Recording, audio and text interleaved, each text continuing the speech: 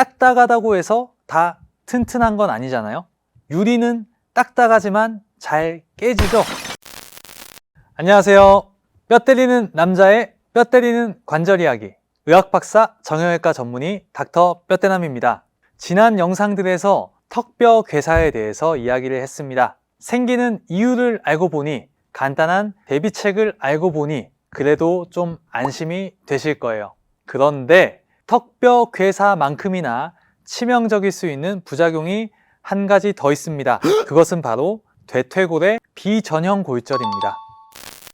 아니, 골다공증은 치료를 해야 되는 이유가 골절 생기는 위험도가 높아지니까라면서, 그러니까 골절 위험도를 낮추기 위해서 골다공증에 대한 치료를 해야 되고, 그 과정에서 골다공증 치료제를 복용하거나 주사로 맞는 거라며, 그런데 그 치료제의 부작용이 대퇴골의 골절이라고 하고 따지고 싶으실 거예요.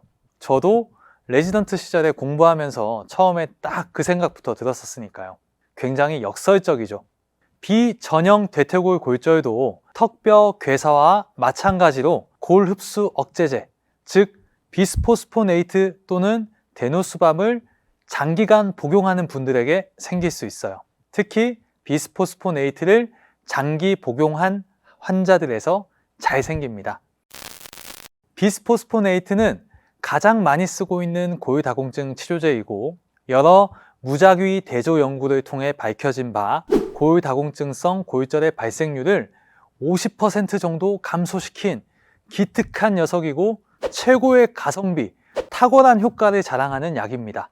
그러나 너무 장기간 사용하게 되면 문제가 생길 수 있어요.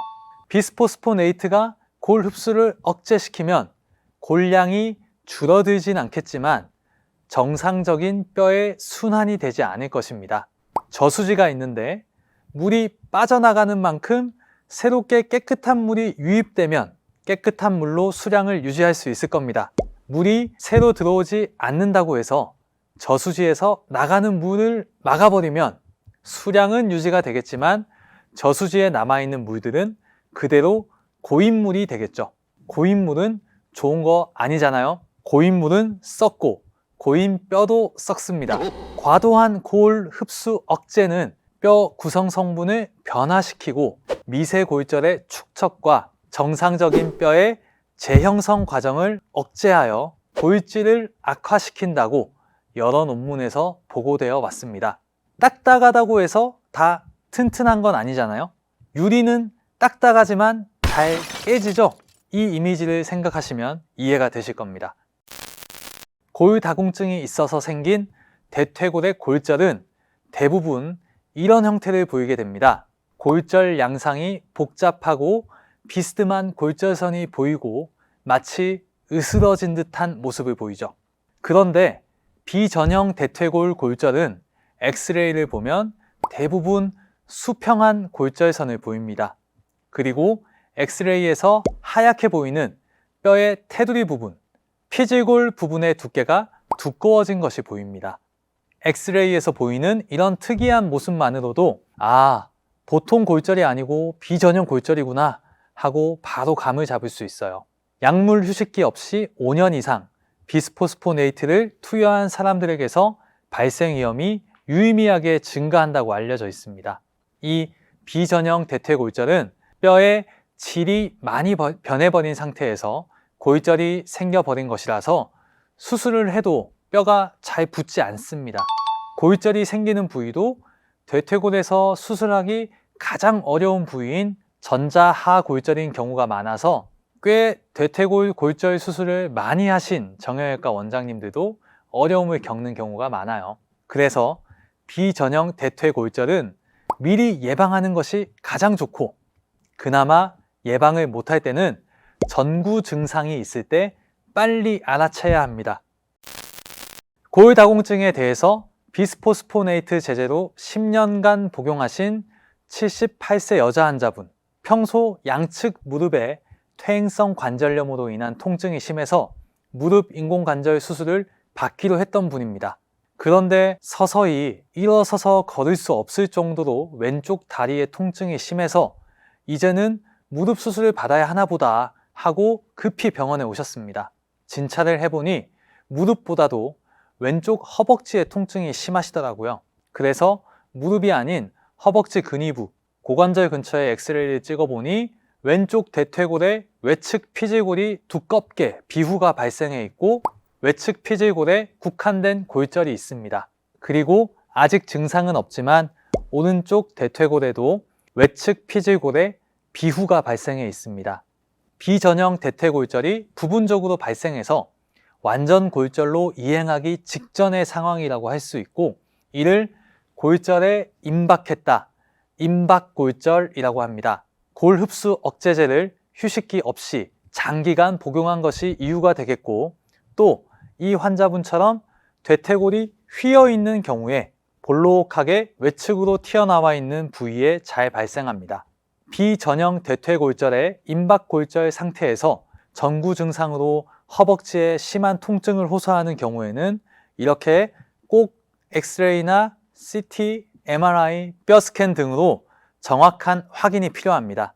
통증이 심하지 않더라도 영상 검사에서 피질골의 비후가 관찰될 때는 이를 놔두게 되면 가벼운 외상을 통해서도 비전형 대퇴골의 골절로 진행할 수 있고, 수술이 어렵고 예후가 불량하기 때문에 꼭 골절이 생기기 전에 빠른 대처가 필요합니다.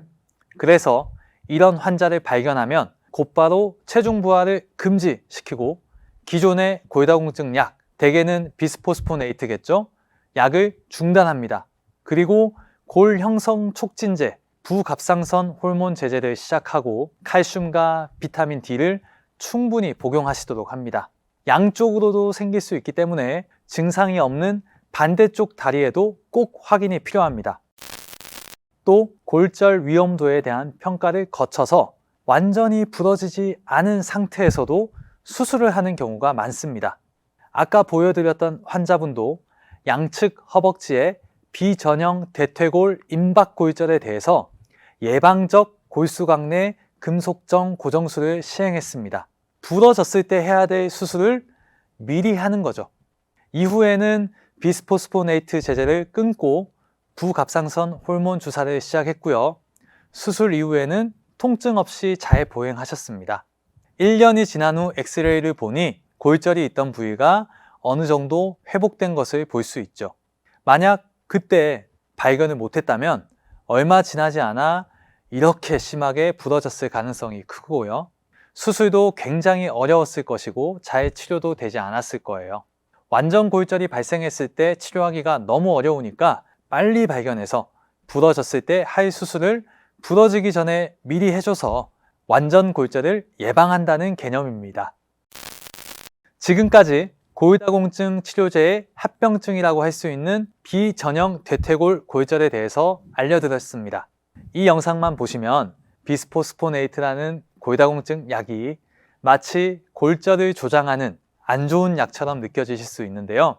비스포스포네이트가 비전형 대퇴골절의 발생과 관련이 있긴 하지만 그 위험성보다는 일반적인 골다공증성 골절에 대한 예방 효과가 훨씬 크다는 것을 꼭 알아주셨으면 합니다. 매우 드물게 발생하는 비전형 대퇴골절에 대한 염려 때문에 골다공증에 대한 치료 자체에 겁을 내거나 주저할 필요 없다는 것이죠. 비행기가 하늘에서 추락할까 봐 두려워서 해외여행 안 가시는 분은 없으시죠? 그런 상황과 비슷하다 보시면 될 것 같아요. 다만 비스포스포네이트 또는 데노스맙 약물을 치료받을 때는 3년에서 5년간 지속적인 치료 이후에는 1, 2년 정도의 약물 휴식기를 꼭 가질 필요가 있습니다.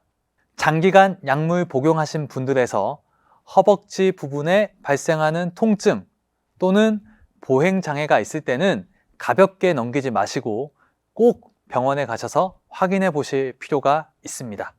어려운 이야기 끝까지 들어주셔서 감사합니다. 모두들 뼈 건강하시고 뼈 때리는 남자는 다음 영상으로 찾아오겠습니다. 감사합니다.